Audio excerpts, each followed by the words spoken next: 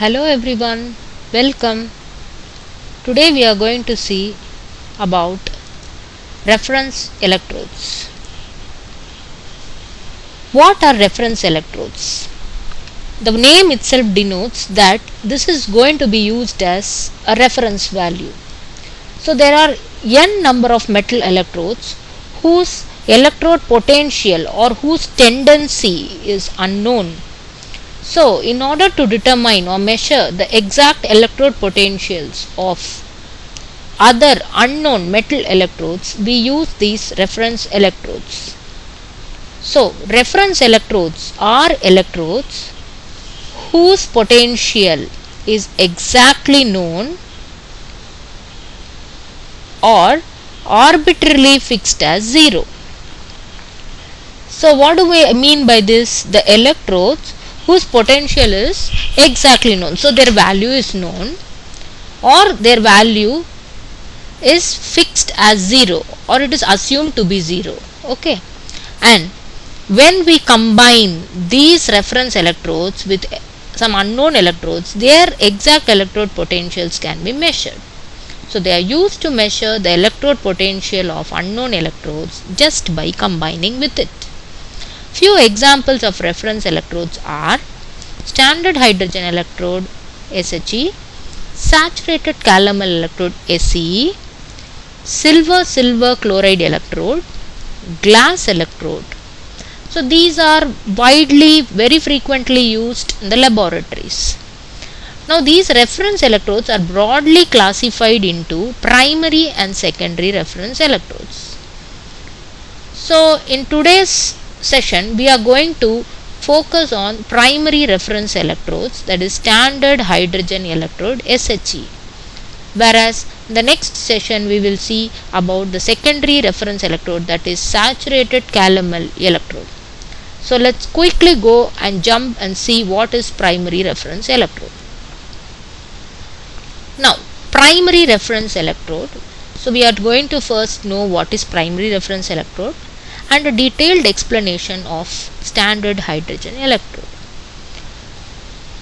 It's obviously known that the electrodes, that is the reference electrodes, they can either have a fixed value or its potential is equal to 0. So the electrode whose potential, so you can see here that I have highlighted the electrodes with potential value equal to 0 is considered to be a primary reference electrode. So for this we use hydrogen electrode.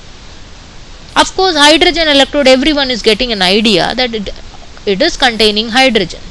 But the thing is we have to maintain certain standard conditions which denotes the name standard hydrogen electrode. Now when I say its potential is 0 or it is assumed to be 0, only if all these three conditions, standard conditions, are maintained. Now what are the standard conditions? Number 1, 1 molar concentration of the acid, 1 atmospheric pressure of hydrogen gas, which must be pure and dry, and 25 degrees Celsius, that is 298 Kelvin temperature. Now if even one of the conditions is disturbed or altered, your value may deviate from the potential of 0 volt. Now there is a biggest challenge of maintaining 1 atmospheric pressure of hydrogen gas constantly throughout the reaction. Add upon pure and dry gas. So when I say it is pure, it must be free from other gases, it must not contain any other contaminant gases, and dry, when I say dry, it must be free from moisture. So your hydrogen gas must be pure and dry and maintained constantly at 1 atmospheric pressure. Now we may have an idea about SHE, that is its potential value which is fixed, that is 0 volt. How it is fixed? By maintaining the three conditions. Now how do it look like? So we will go into the detailed construction of SHE. Now this is the construction. So you can see that there is a glass beaker which is containing 1 m hydrochloric acid. My concern is whatever acid I take, my H plus concentration must be 1m.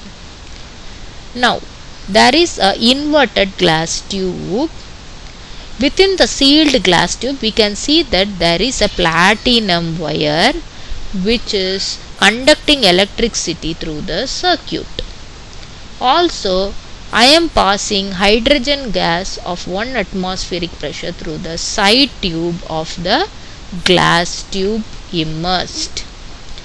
Now this platinum wire, even though is inert, but at the bottom of the platinum wire it consists of a platinum foil or a piece of sharp plate or blade which is further covered by platinum black. So this platinum black coating will act as a spongy layer which will enhance the speed of the reaction or pave a way for the reaction to take place, because I am going to pass hydrogen gas which is going to be continuously bubbled in the beaker of 1m HCl solution. So the reaction between a gas which is very difficult to be dissolved in a liquid has to take place, for which this platinized platinum wire containing platinum black will increase the rate of reaction, or it will pave the reaction to the way for the reaction to take place. Now we will see how this platinum black acts or helps in the reaction to take place. So here, coming to the diagram, we can see this is the platinum black which is coated on the platinum plate. It increases the absorption tendency of hydrogen gas, so that the hydrogen gas will react with the solution of HCl. Now there are two ways. Either the hydrogen gas has to go into the solution, or the H plus from the solution has to go and deposit on the electrode. Now we will see how the platinum black helps in this exchange reaction.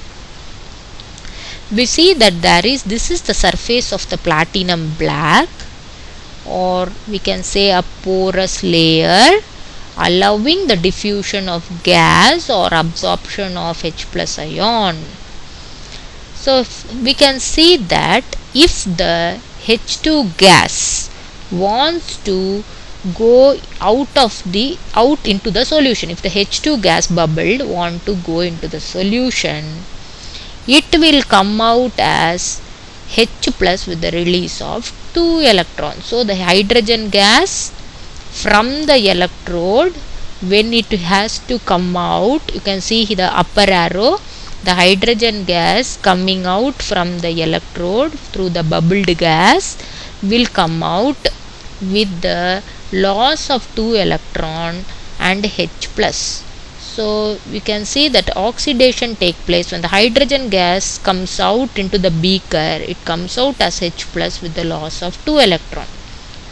Now the H plus ions from the solution, if it wants to get into the electrode, so the H plus ions will be going in the form of hydrogen gas. So we can see that H plus ions will gain 2 electrons and go near the electrode as hydrogen gas. So we can see here this H plus ions, they will gain 2 electrons and go into the electrode as H2, and the H2 will come out by the formation of H plus and loss of 2 electrons.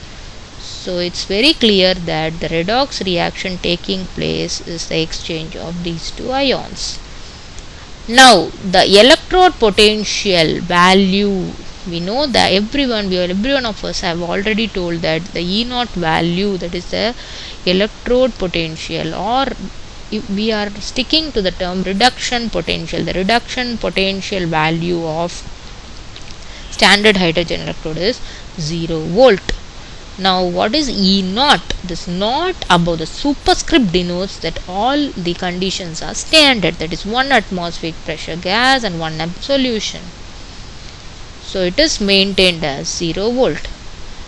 I hope that you have got a clear idea between the reactions taking place, that is between the gas and the solution.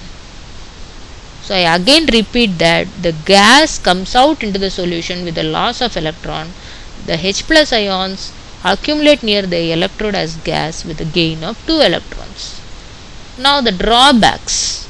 We all know that the hydrogen gas, of course they are flammable, and also I have already mentioned that it's very difficult to maintain 1 atmospheric pressure.